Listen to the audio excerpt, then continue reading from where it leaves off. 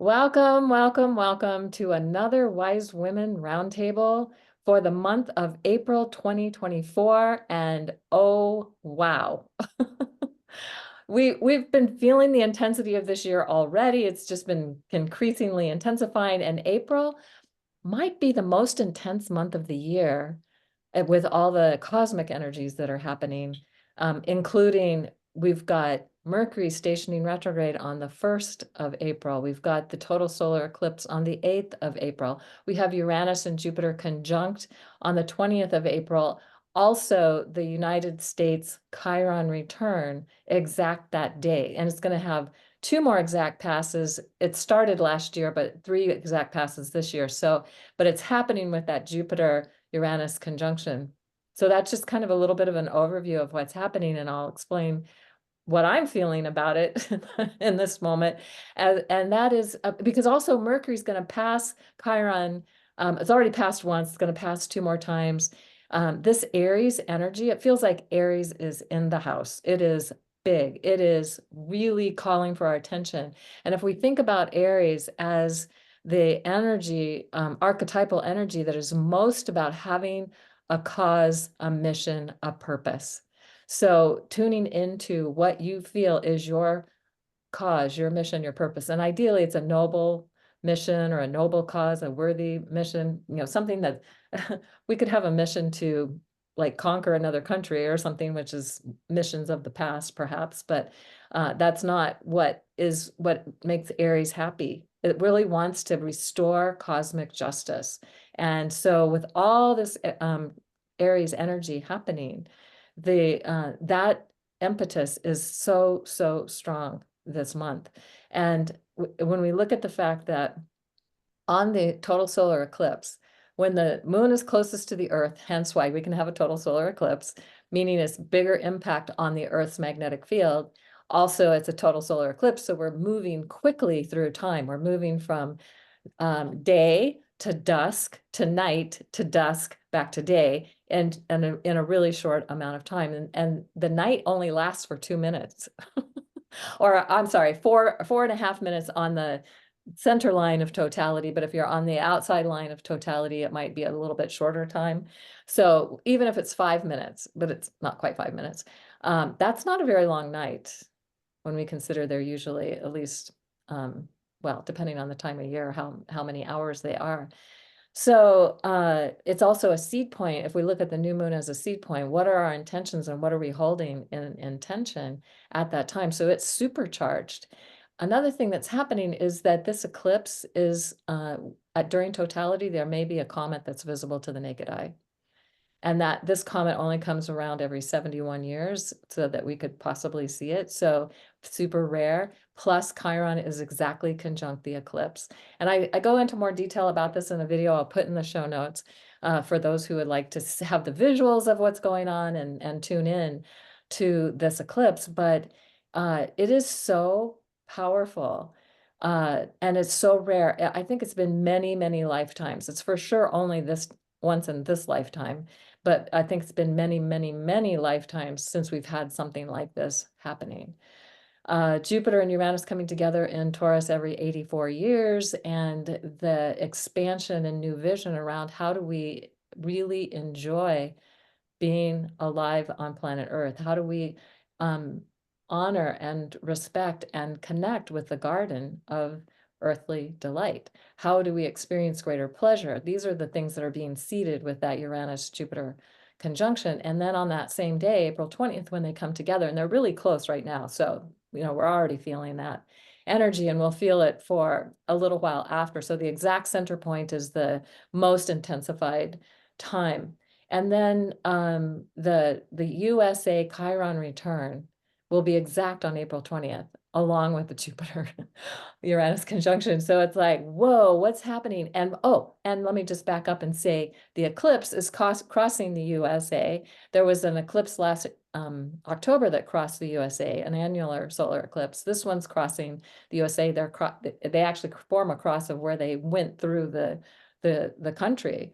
And that's also, whenever eclipses happen in certain places, can accelerate energy in that country or in that land or in that place or for those people. So that's also happening along with the first exact pass of Chiron over the USA natal Chiron. What is happening? What's going to happen? Well, we can see there's a lot of chaos on the world stage, but especially in the US right now. And so the energies are intensifying, and people may be feeling that. They may be feeling there's some chaos in their own energetic field as we're moving through this. But as the Greeks said, out of chaos comes order, out of chaos comes the world. So this is perhaps needed for us to have something new seeded, and that we get to then experience a new way of being, a new higher vibrational way of being in the world. So one of the things I'm suggesting is that people have a touchstone, whether that's a literal stone or a mantra or something that you can touch into and connect in with, that you can keep coming back to when you find yourself in the chaos, maybe spinning in the chaos. So for me, you could just use a word. For me, the word I've been using a lot lately is love. I've also been using self-acceptance. You can use like a one word: kindness, love, joy, bliss, magic, miracles, courage, whatever one word that really lights you up. You can ask your higher self for guidance on what word would really work for you. Or you could use two words, self-acceptance. Instead of just acceptance, you can do self-acceptance. Or three, genuine self-acceptance. So whatever, tuning in, like taking a moment and just asking your higher self, what would be a good touchstone word for you to tune into? And then maybe also have a stone that you touch in with and that you can connect with on a daily basis to remind you that this is happening for us and not to us. So with that, I'm going to pass this along. Oh, let me just say one more thing. I forgot. Today, as we're recording this on March 29th, Pallas Athena is going retrograde. And I'll put a link to a video I did with someone about this. We're rewriting her story. So it's time, and I like, how did I say this? We're in this massive shift, and she is she's wanting a new story. She's ready for a new story, as we are ready. We're all ready for a new way of being in this world. And then the other thing that's happening in April of this year is Sedna is moving back into Gemini. And that can only happen it happened last year. She went back into Taurus for a short time, and now she's coming back in. But this is like an 11,000 year cycle. So that's happening, and that means Sedna, who's been at the bottom of the ocean in the deep, dark depths, she's rising up to be more in our consciousness and our awareness. It's the divine feminine rising. I just feel so excited about that, and she's with the Pleiades. So the energy of that, and I'll also put a link in another video I did with a story about Sedna as well in the show notes. So with that, I'm passing it along to Elizabeth. Thank you, Caitlin. I always really appreciate the insight about our celestial situation. Chaos is our old friend, and chaos isn't a problem. Chaos is not something that needs to be fixed or fought with. You don't need to be going to war anymore. There really isn't any war that needs to be expressed. We're watching things go on that look chaotic, but don't forget that a lot of that is genetic expression. So if you say, well, why do these people always fight? Well, they're fighting right now because there's an expression going on from their genetic line that needs to be cleaned up, but it has to be put out and laid out for all to see before that can really be cleaned and cleared and purified. Chaos tends to purify, even though it doesn't look like that. And chaos as a consciousness is something that most humans want to avoid because we're really good at seeing patterns. We're really good at seeing everything organized, and we have a great satisfaction. We get a big dopamine, serotonin hit when we see everything all nicely, neatly ordered and organized. But then when things start to move around, this elicits a great and deep discomfort because we do want to have control, but just like last month, that whole idea has to be set aside. You can't be in control when the new is happening at a galactic and earthly and etheric and a physical level. So our friend Chaos has this immense purpose as the energy that comes and sweeps through to bring all the dust up in your vision. And if you are holding an intent from the inside, and I love the idea of having a touchstone that's physical, a mantra, but in order to make sure you navigate real, true, and very powerful chaos, especially now in April, it's very important that you know who you are. You have to know who you are. You need to go back into the I am and be able to love yourself, like Kaylin was alluding to. It's self-love that gets you through chaos because you're part of it. You're not separate. You're also a fragment of dust being thrown up into the air in order to fall into the most perfect divine order. And if you're willing, it takes willingness.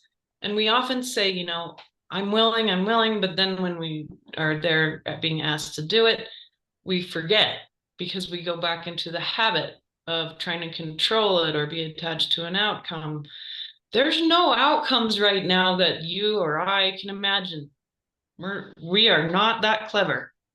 Source is far more clever and knows exactly what the order needs to be. We do not. We don't because we don't have any history with that kind of level of divine order, not here on Gaia. And we're here to be ready for that to begin. But it takes literally the rearranging of every single piece on the board. In fact, I'd argue that probably the whole board needs to be taken apart, and that's exactly what's happening. So I think that it can be very exciting, and that through chaos is an opportunity. That's a very nice ancient Chinese concept. And the opportunity I would just encourage everyone to embrace is that it's an opportunity to keep loving yourself, keep taking really good care of your body, keep noticing that, hey, when things get chaotic, I tend to lean towards this other habit that makes me feel better, that makes me feel in control, or I start treating people a certain way because I can't handle their drama, trauma, and ego stuff or whatever. So I want to control how that looks in my family, in my household, or my friends. And there's no need for it.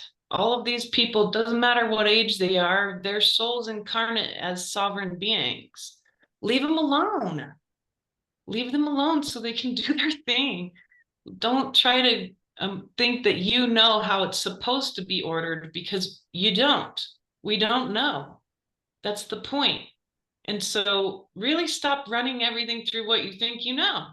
If you think you know at this point in time, it's the perfect time to throw that right up into the dust and say, all right, I'm ready to recognize that I have no idea and that I can't run anything through what I know. But I do know who I am. I know what my heart and my intent is.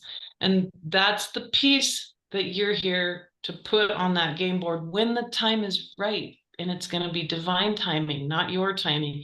It's divine order, not your ego's order.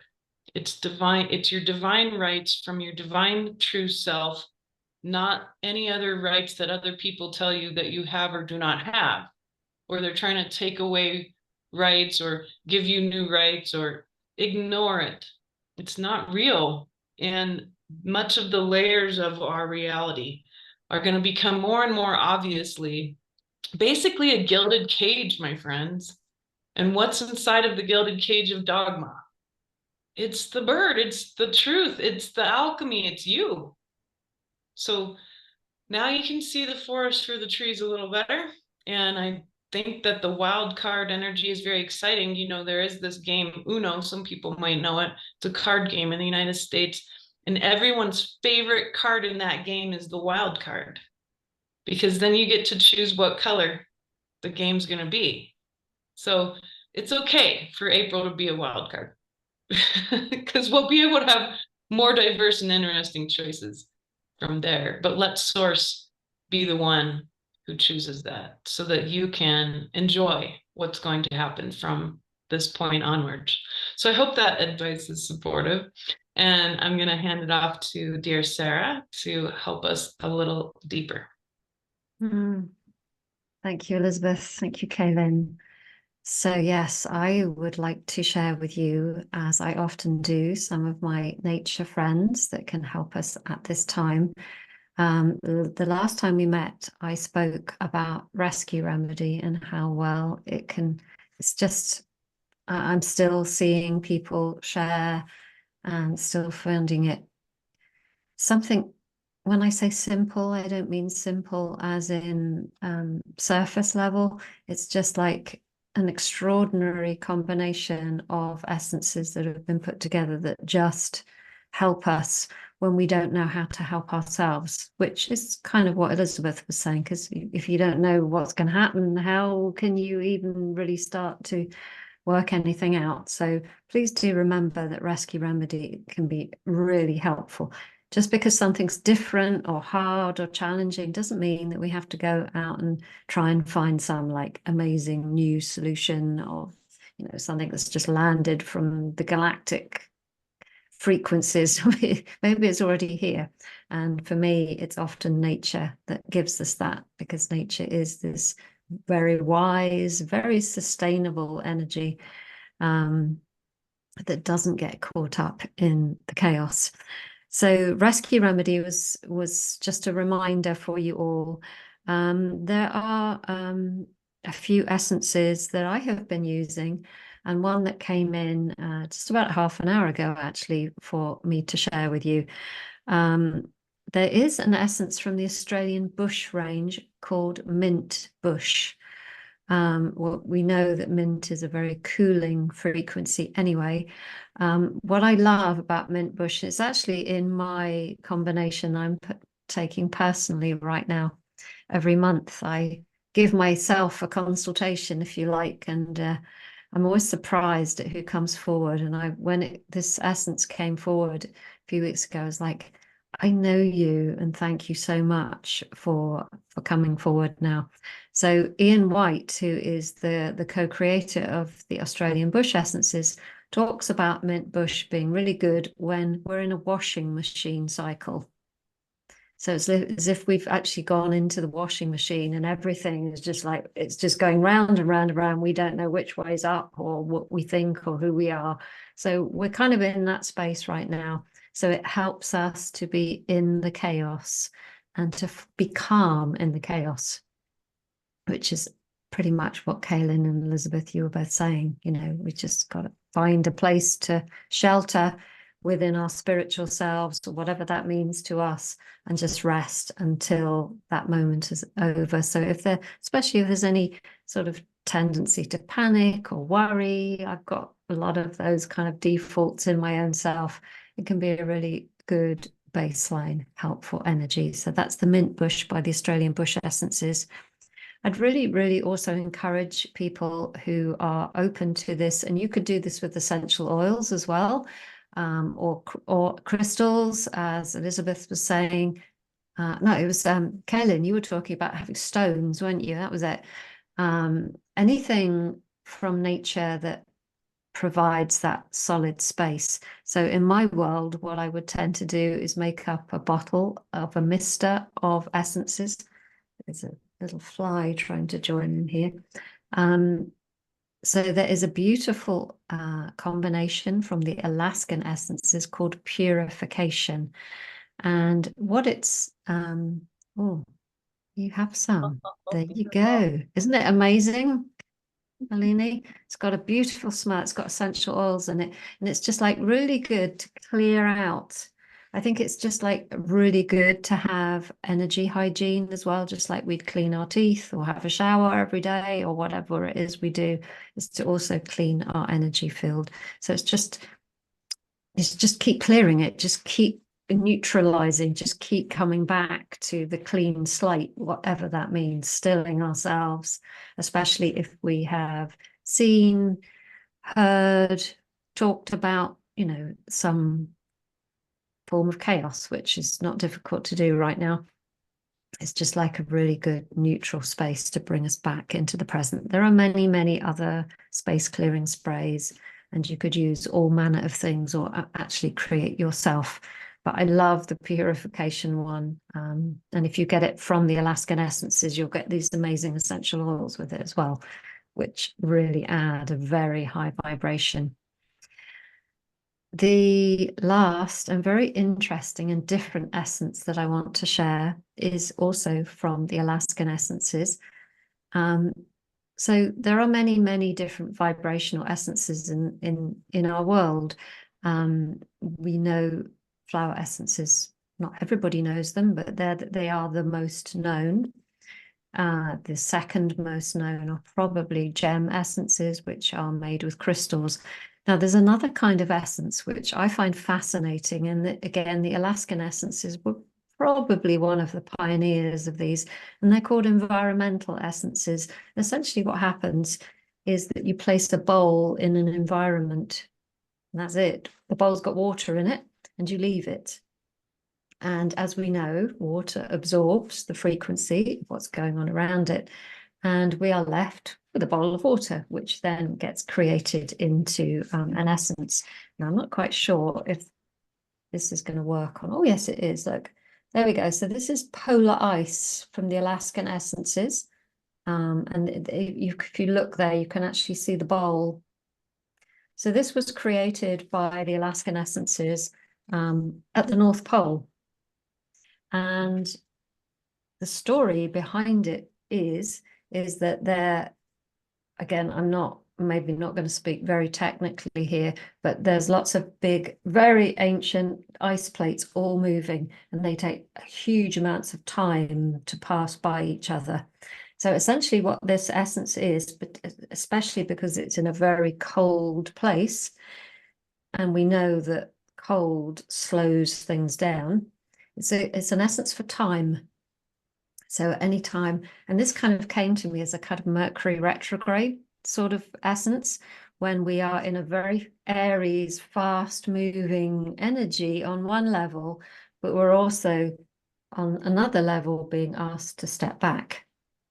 So we've got, opposing, it's like these big ice plates moving not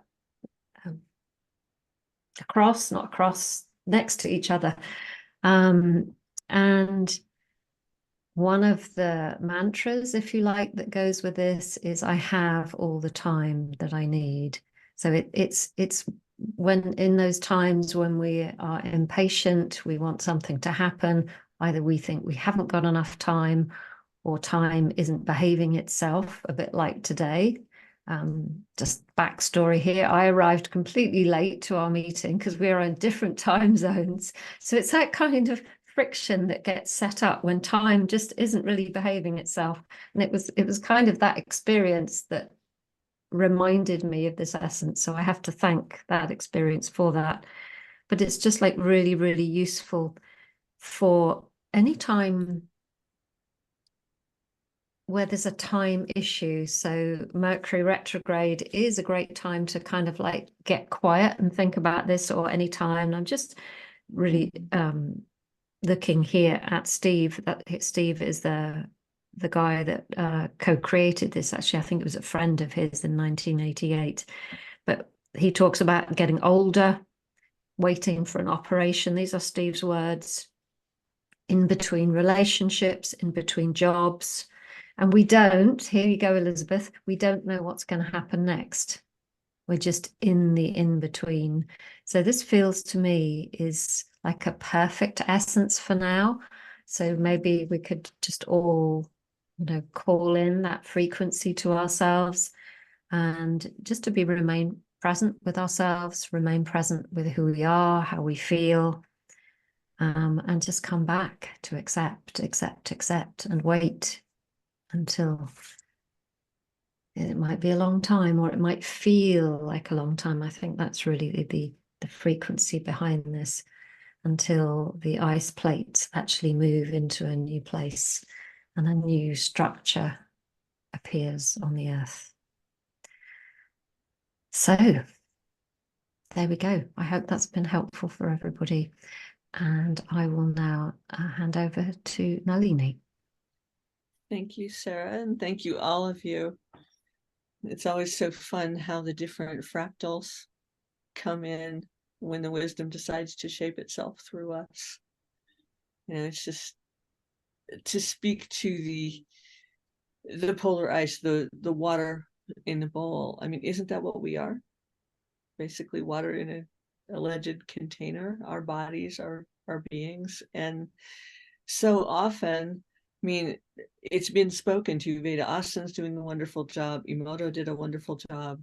How often do we really honor that from the self-care perspective within ourselves and realize that we are that container of fluidity steeping in whatever environment we're in the moment?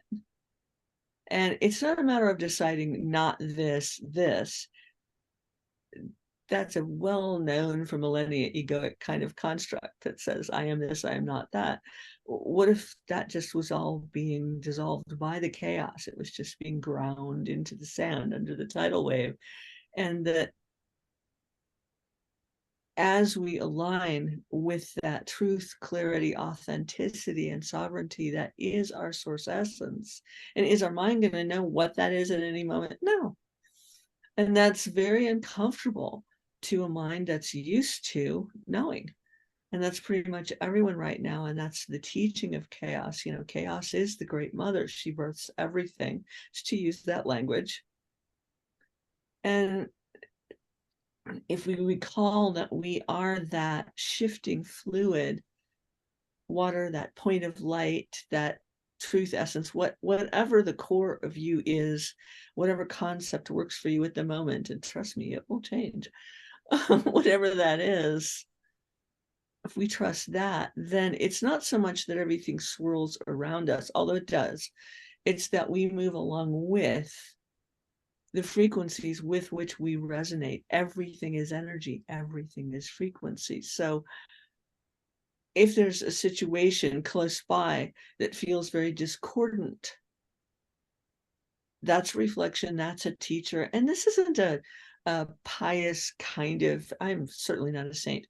It's not that kind of thing. It's just, oh, I should befriend that. I should love that. Well, stop shitting on yourself. No, look at it, acknowledge, accept that it's there, and then let source move it how it needs to be moved, if it needs to be moved. All frequencies are shifting right now, all of them. Even all of the infusions, you know, I wrote about all the infusions that were entering Gaia's field last year, and they're all being morphed and shifted and changed and metamorphosized, however that word is pronounced, and shifted within all of us, instantiated, integrated, as we keep becoming moment to moment to moment to moment, something that is, we could say new, we could say fresh, we could certainly say unknown. But what we are doing is we are shedding and shredding and threshing to the essence of what each of us is, and it's unique and it's precious, and there is nothing that is not of value here somewhere. And we will be guided and lifted and carried. This is not a passive activity by any means. We are guided and lifted and carried as we choose that. Allow that essence that we are to choose. You know, it's always being said through me, light is intelligence, it knows what to do. Well, the shadow is just a different form of light. Does it always know what to do? It knows what to do in as much as it sees. As in through a glass darkly. That's what that expression means. It's like it's filtered, that's all. So as we let our true light guide us, it moves us toward where we resonate, away from where we don't.